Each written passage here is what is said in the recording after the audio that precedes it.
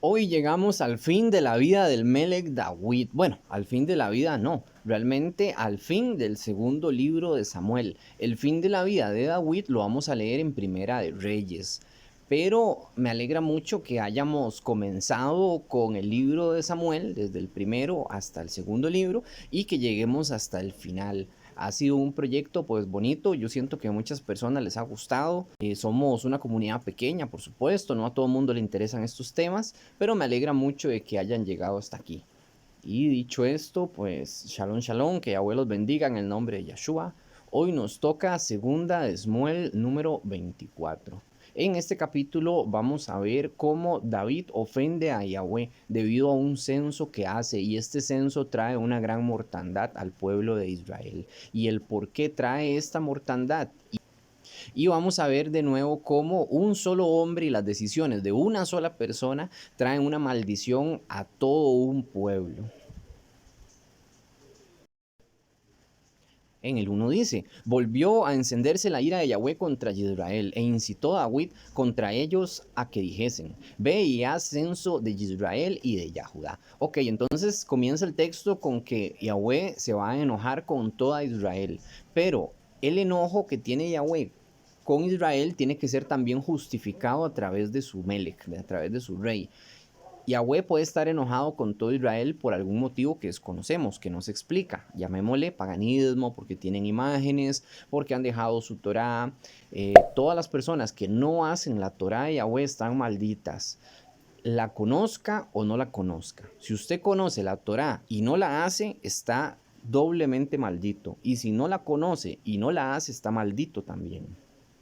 Vamos a ser juzgados en el juicio final por la Torah. El que la viola le va mal. Y el que la hace, pues va a recibir la promesa de Yahweh, que es este mismo planeta Tierra renovado, como vemos en Apocalipsis, donde Yahweh promete y cumple, nos da una tierra nueva y ya no hay más muerte, ya no hay más guerra, ya no hay más dolor. Todo el mundo va a ser feliz.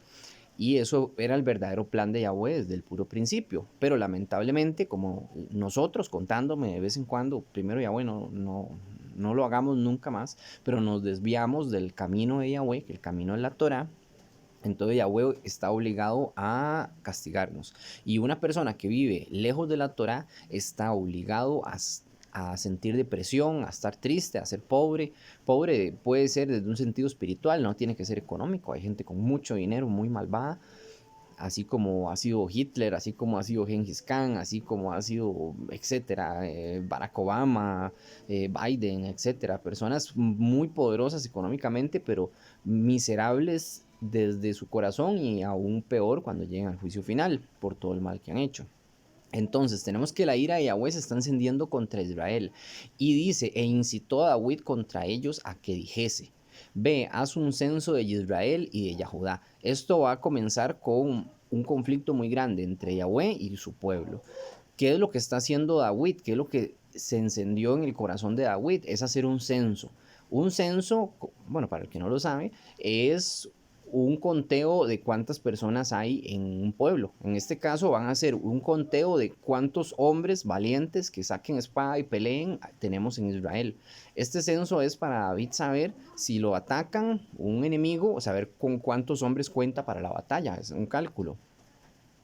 Que eso no parece algo malo, pero sí lo es, porque Yahweh no gana, como hemos visto, tantas batallas, Yahweh no gana con mucha gente, sino gana porque él mismo le da poder a su pueblo. Pueden ser 100, pueden ser 10 hombres, puede ser un solo hombre, pero eso basta para hacer huir a miles.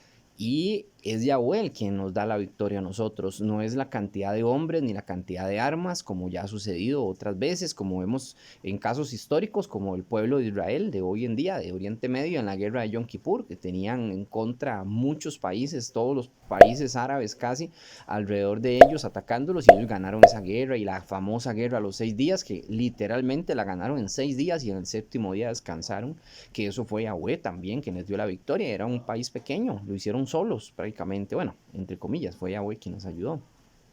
Entonces David está solicitando un censo a todo el pueblo, y tenemos este comentario muy sabio del general Joab, que ya conocemos, bueno, bastante sobre Joab, y la vida de Joab termina trágicamente, pero eso es más adelante.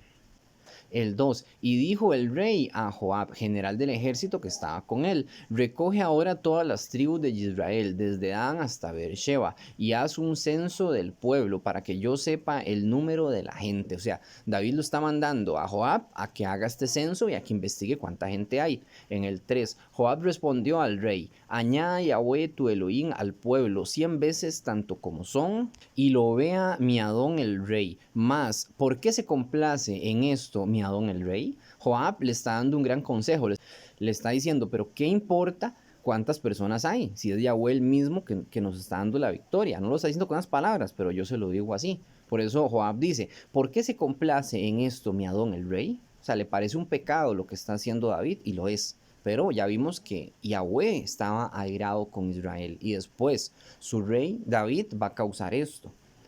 Esta mortandad, que es una maldición que manda Yahweh sobre Israel, va a ser literalmente el cumplimiento de una promesa que hizo Yahweh en Primera de Samuel 8. El que no ha visto ese video es muy importante, porque gracias a ese entendimiento de lo que sucede ahí, nos damos cuenta por qué algunas personas que se ven a sí mismas como inocentes sufren. ¿Por qué sufren? Porque a veces se hacen partícipes de un pecado sin necesidad de haberlo cometido.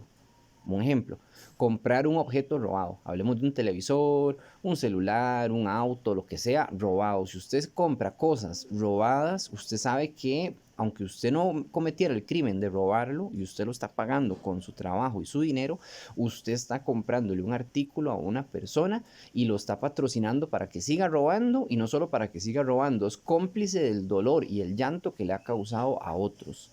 Entonces, eso es importante saberlo. En el 4, pero la palabra del rey prevaleció sobre Joab y sobre los capitanes del ejército. Salió pues Joab con los capitanes del ejército delante del rey para hacer el censo del pueblo de Israel. Ok, entonces Joab fue y hizo el censo como el rey le mandó. Dice, y pasaron el Jardén, acamparon en Aroet, al sur de la ciudad, que está en medio del valle, y de Gad. Después fueron a Galaad y a Aretz baja de Jotzin. Aretz es tierra. Dice, y de allí a Danyah y a los alrededores de Sidón. Aquí tenemos todo el recorrido bien documentado como tiene que ser un libro histórico, ya que este libro es histórico, no son fantasías, tenemos lugares reales y tenemos el recorrido y las cosas que sucedieron tal cual como son.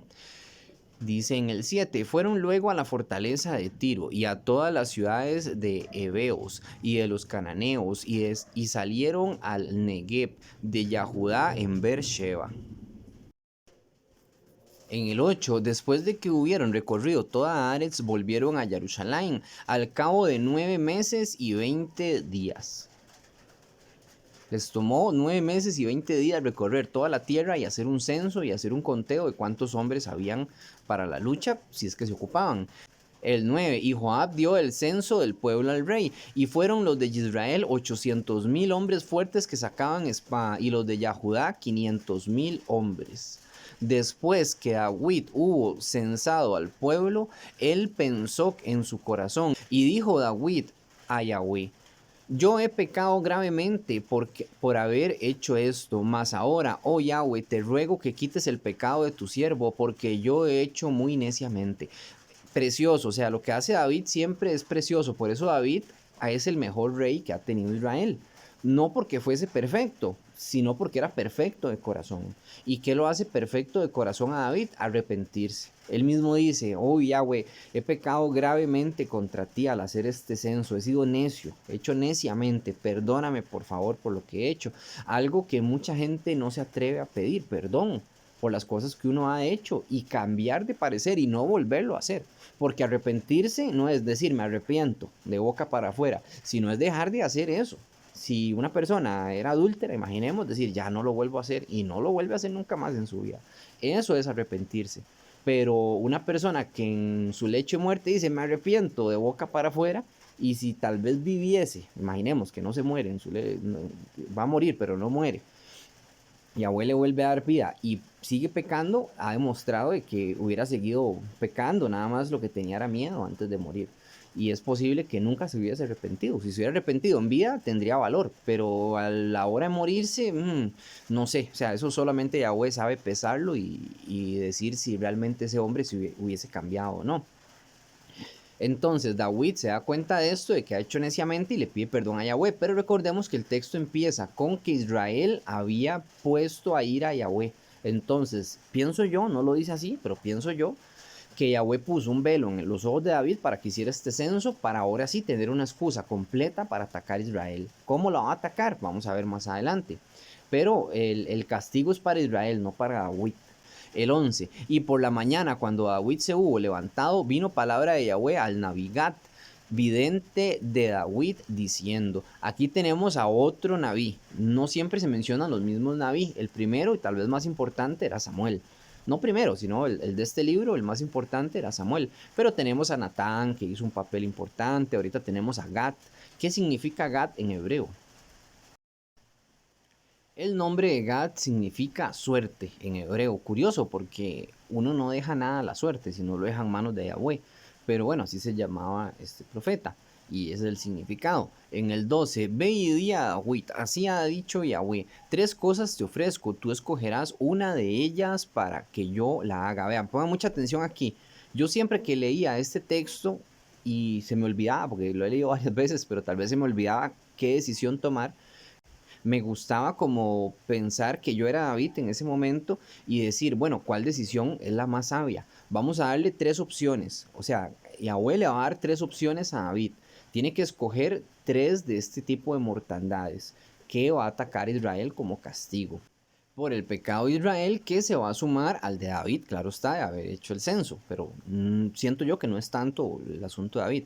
Pero bueno, vamos a leer las tres opciones. Elijan una, pónganle pausa después de leerla, elijan una a ver cuál hubieran elegido ustedes.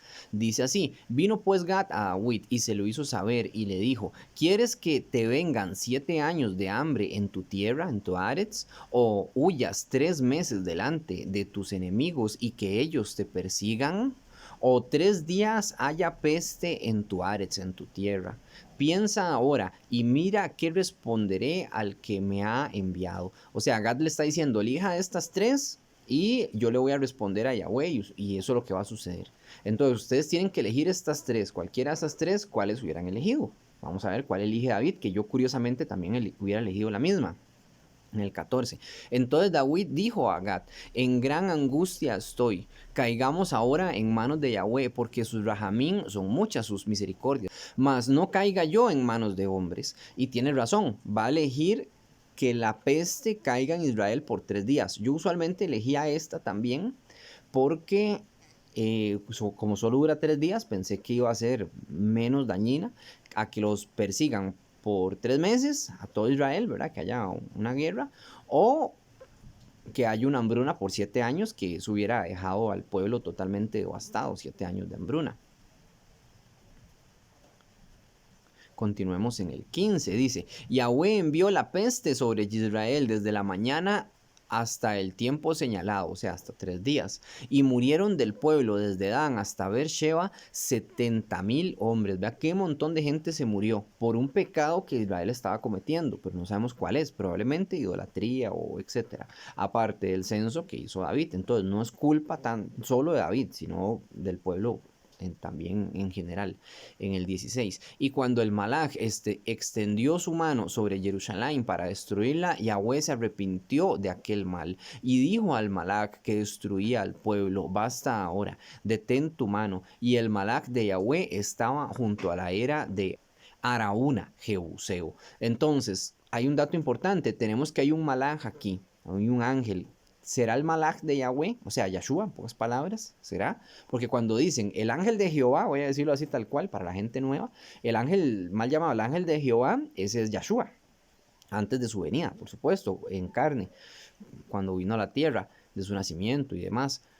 Este Malach puede que sea el que está destruyendo Israel, que es la palabra de Yahweh, que es Yahweh mismo, pero es la palabra de Yahweh. Entonces está mandando una mortandad.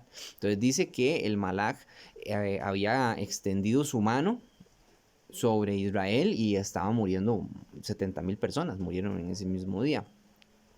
Pero cuando llegó a Jerusalén, él se detuvo también porque ahí está el templo y bueno, ahí, en ese momento no está el templo, pero ahí está el arca y hay otras cosas y bueno, ahí se detuvo y dice que Yahweh se arrepintió.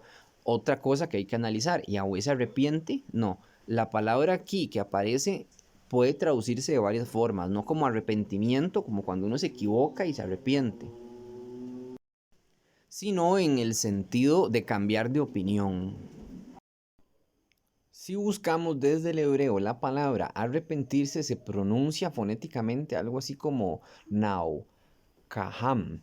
No sé pronunciarlo muy bien, pero sí se puede traducir así como arrepentirse, arrepintiéndose, consolado, consolador, suspirar, respirar fuertemente, que se lamenta, a la piedad, consolar. Entonces puede ser que cuando Yahweh vio que la mortandad se aproximaba a Jerusalén, lo que hizo fue no necesariamente arrepentirse de lo que él había hecho, sino como lamentar o suspirar o sentirse triste por lo que estaba sucediendo ahí. Entonces hay un texto bíblico donde dice que Yahweh no se arrepiente y los ateos les hace mucha gracia agarrar este texto donde dice que Yahweh se arrepintió, pero es que hay que leerlo desde el hebreo y entenderlo desde su idioma original, porque tiene un significado mucho más profundo.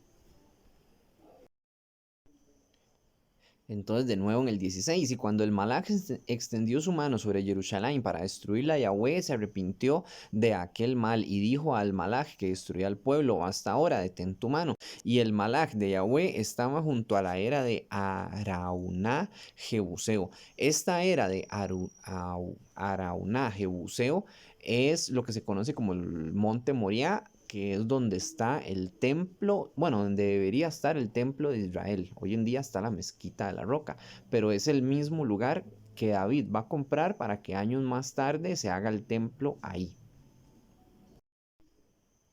Y resulta que este Malach que estaba destruyendo el pueblo con la mortandad, con la plaga, David llegó a verlo también, tal cual lo vio en las alturas, aparentemente. Dice así: y David dijo a Yahweh cuando vio al Malach que destruía al pueblo, ve, él lo vio, bueno, no sé si estaba en las alturas o estaba en tierra, pero dice que vio a este Malach. ¿Cómo era? No se especifica.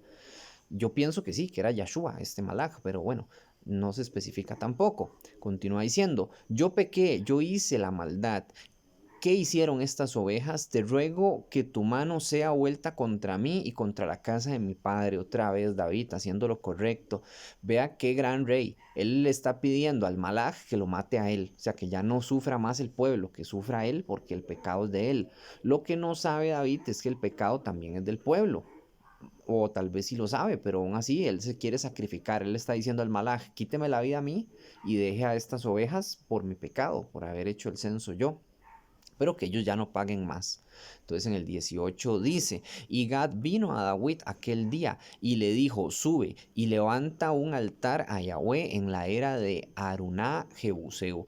Esta era, bueno, de nuevo es el monte Moriah, pero no tenemos la respuesta al Malach. O sea, David le rogó al Malach, pero ¿qué pasó con el Malach? Se fue, subió a las alturas, se quedó ahí en silencio, no sabemos nada. Tal vez David lo vio como una visión tal cual y después desapareció, pero no sabemos nada. O sea, está muy poco especificado. ¿Por qué? Porque recordemos que esto es un resumen de lo que pasó. Lo que estamos leyendo no es que sea inexacto, sino que es un resumen de los acontecimientos que probablemente David tal vez narró años después o momentos después, ¿no? No sabemos cuánto tiempo pasó de lo que sucedió a lo que se escribió. Pero bueno, así es como se registró.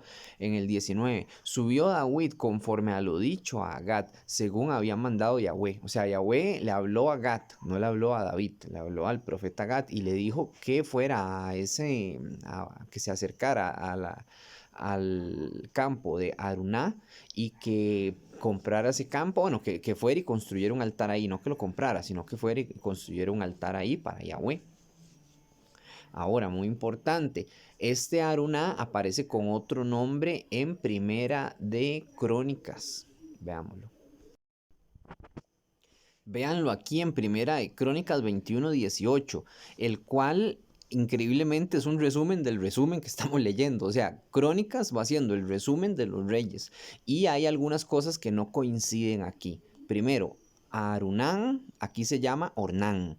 ¿Por qué? No sé. A veces hay cosas que uno no entiende. O sea, en su época la registraban de una forma por algún motivo y debe haber algún misterio o alguna cosa que uno históricamente no entiende por qué aparece el nombre con otra pronunciación, pero sigue siendo la misma persona a la que le compran el campo. Ahora, las diferencias entre este texto y segunda de Samuel es que aquí se llama Ornán, Jebusí, o sea, sigue siendo Jebuseo, tal cual, pero no se llama Arunán. Y otra diferencia es que David compra esa era, ese lugar, digamos, para construir el templo más tarde en 600 ciclos de oro, 600 shekelín de oro. Pero en el texto de Samuel lo compra en 50 shekelín de oro, que es una diferencia bastante grande y no lo entiendo tampoco. Intenté buscar una respuesta, pero no la encontré. Tal vez ustedes encuentren una respuesta.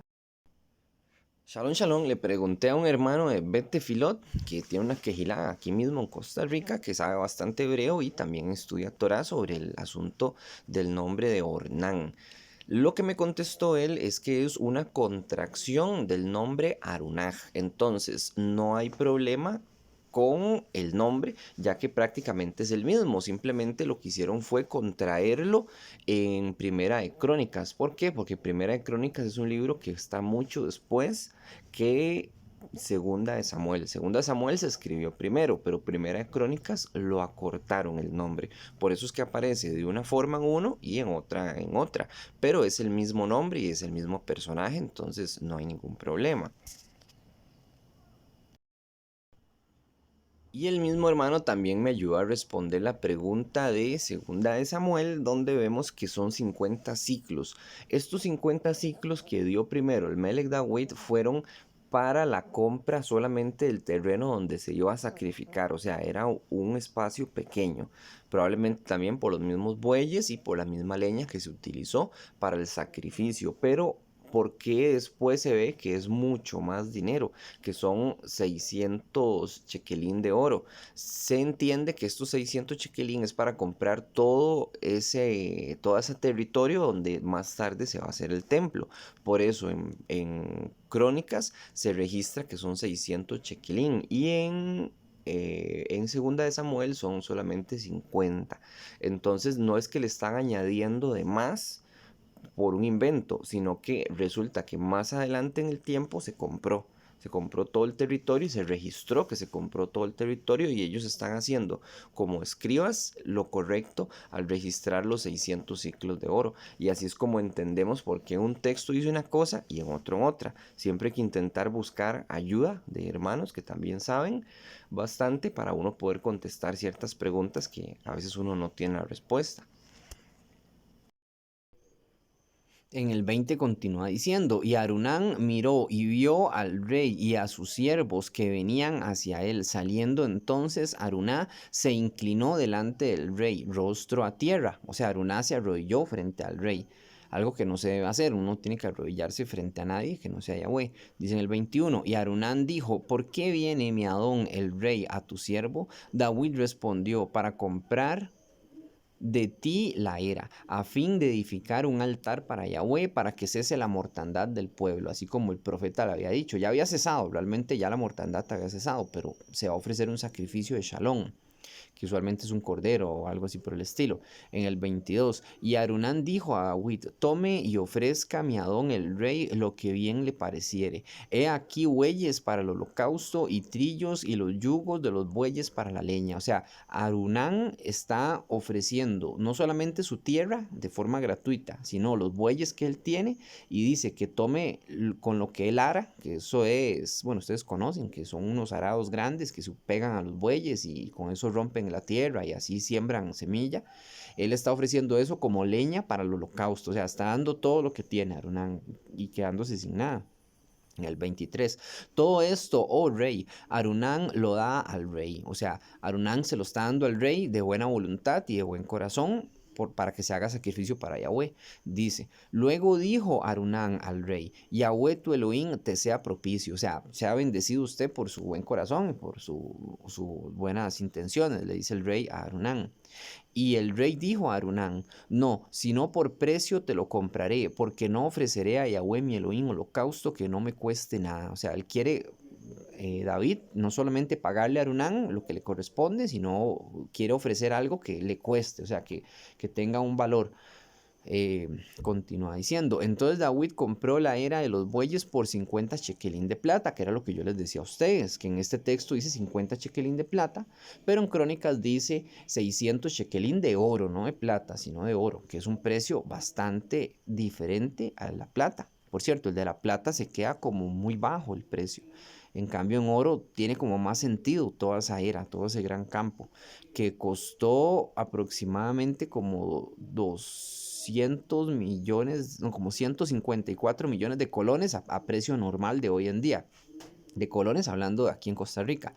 Dice en el 25, y edificó allí David un altar a Yahweh y sacrificó holocaustos y ofrendas de Shalom, y Yahweh oyó las súplicas de Eretz y cesó la plaga de Israel. Y ahí termina el texto y aquí también termina segunda de Samuel y terminamos con los dos libros de Samuel. Bendito sea Yahweh porque lo conseguimos terminar los libros y los estudios y ahora habría que seguir la vida de David a través de Primera de Reyes y después ver Salomón. No sé si voy a hacer Reyes, si les parece, les gustaría. Entonces se puede hacer tal vez la vida del rey David y aunque sea la del rey Salomón para conocer más sobre lo que sucede después y cómo se construye el templo. Que Yahweh los bendiga en el nombre de Yeshua, Shalom, Ubrajot, paz y bendiciones.